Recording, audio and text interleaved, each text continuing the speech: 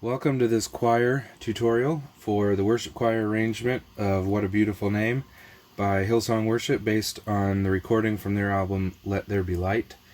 This arrangement is available at centeredworship.com, where you can get a copy of it for yourself if you don't already have one. I'm going to go through section by section, describing some interpretive suggestions, some insights into the mind of the arranger, and some creative ideas for some alterations. The song begins as is suggested by this cue here that says worship leader, and the fact that these four systems here are smaller than the rest of the music, that the worship leader begins the song, sings the first verse and chorus, and the choir doesn't come in until verse 2. Now, obviously, right off the bat, the first creative suggestion for an alteration would be let the choir sing in verse 1 in the first chorus. They could sing in unison. They could do the same two-part harmony that is written out here in verse 2. And then the background part that is written out here they could do in the chorus. It's up to you, the director, however you see fit. The song, by nature, is very, at least at the beginning, very meditative and prayerful. So to start off with a very tender feel, where there's just a single vocalist, I thought as the arranger would be much more effective to let a single vocalist carry that. It could be somebody in the choir too. It doesn't have to be the worship leader. It could be a soloist from the choir. Maybe then a duet on the chorus, and then the choir comes in verse 2. Whatever. The most difficult part of this arrangement, I'm going to guess, is the rhythms in verse 2. It's what I like to call a rhythmic pattern that mimics more how we talk than a simple melody. The best way I can suggest getting this down, there's two ideas. One is to just, you as the director, figure out what that rhythm is, be super confident with it, and just teach it rote. Just do, you didn't want heaven without us.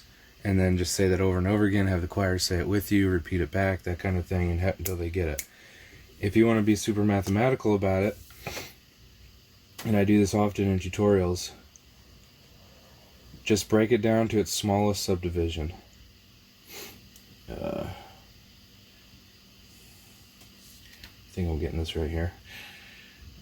2, 3, 4, 1, 2, 3, like that. You can write in your 1 eanda, 2 eanda, 3 eanda if you want to.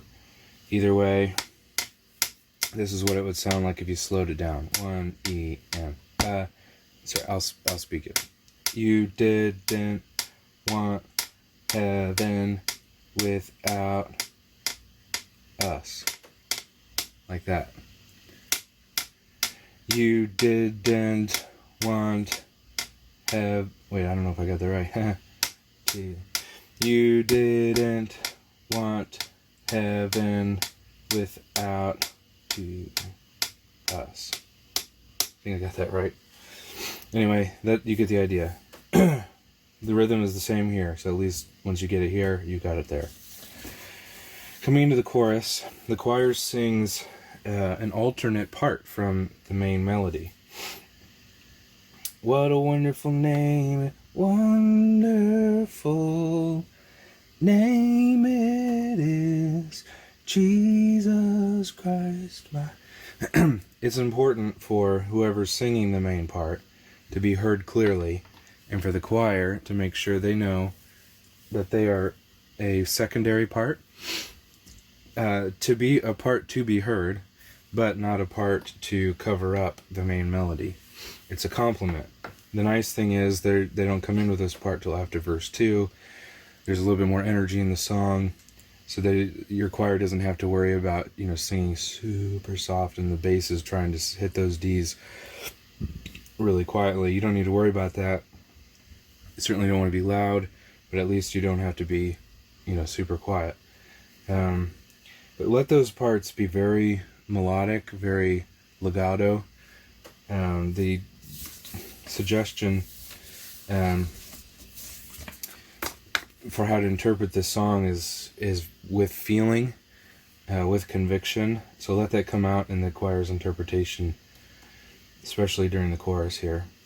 You've got an optional soprano divisi, second note for the sopranos here, just really pretty. If I start here,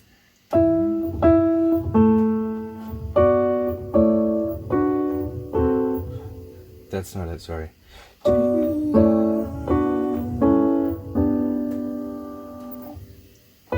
This kind of hangs on. Same thing over here, you got a D up high. And there is a part in that where the two soprano parts are only a second apart, and so that could be a little difficult. Let the crescendo be felt.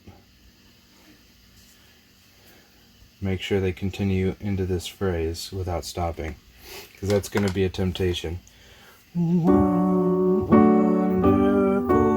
is this. They're going to want to take a breath there, but don't let them do that. Is this the name? I'd even intensify it, maybe. Throw in your own little crescendo there, going into the name of Jesus. You might also, because the ends of the phrases, they are matching what the main melody is doing, bump up their volume just a little bit there, so that they play a secondary part here, but then they take primary part there at the ends of those phrases. Basically, what I'm suggesting pretty much in all of these things I've been talking about in the chorus is teach your choir to listen, to hear themselves as a part of a whole.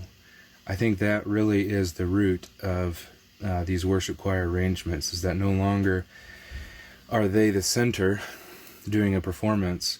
They're now a piece of a puzzle. They're now one of the worship leaders on stage with a whole bunch of others. They're now one of the musical, one of the colors on the musical palette that a worship leader has to work with. And so they need to see how they fit into the whole. So at times they are a background part. At times they're more than a background. They're kind of a secondary part, but not primary. And then at times they are primary. But it's definitely it's a different approach for a choir, for sure. And so you want to be teaching your choir how to listen. When you get to the bridge, which starts here, death could not hold you, the veil torn before you. I'll leave it up to you. I have that marking here, optional SATB, second time only. So the first time through, maybe it just goes back to worship leader. Maybe it's just in unison. Maybe it's just the women. Maybe it's just the women doing two-part, the soprano and alto part. Maybe it's men and women doing one of their respective parts. So you get a two-part harmony between the men and the women. I don't know. Just some ideas. As you're toying around, so this is the exhortation to the choir director.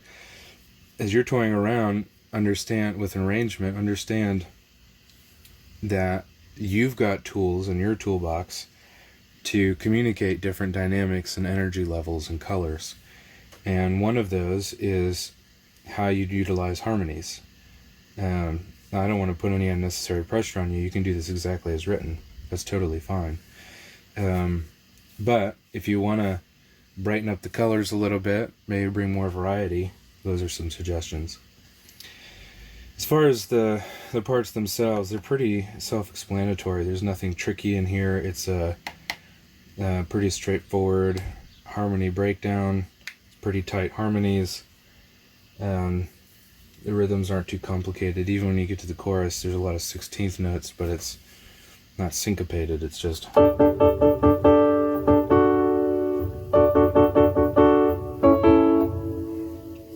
the harmony parts don't move much. I don't think that would be very difficult. The only potentially difficult thing is that your tenors and your altos are only separated by a second. I think they're gonna feel it naturally. I know I did as I was singing through the different parts. There is in the music, if you don't want to go back to the bridge after the chorus and repeat the second part of the bridge, you can just hop from here over to the tag and just go directly to the tag and end the song. Obviously that's up to you. The only other thing I want to make note of is notice that the harmonies change right here.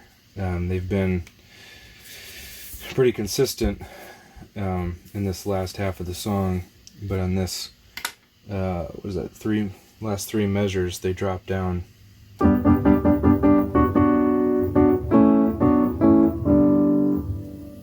just to communicate a sloping down, we're getting to the end of the song kind of feel. Alright, I hope that's helpful. Thanks for watching. Again, worship choir tutorial of how What a Beautiful Name. If you would like a copy of this for yourself, it's available at centeredworship.com.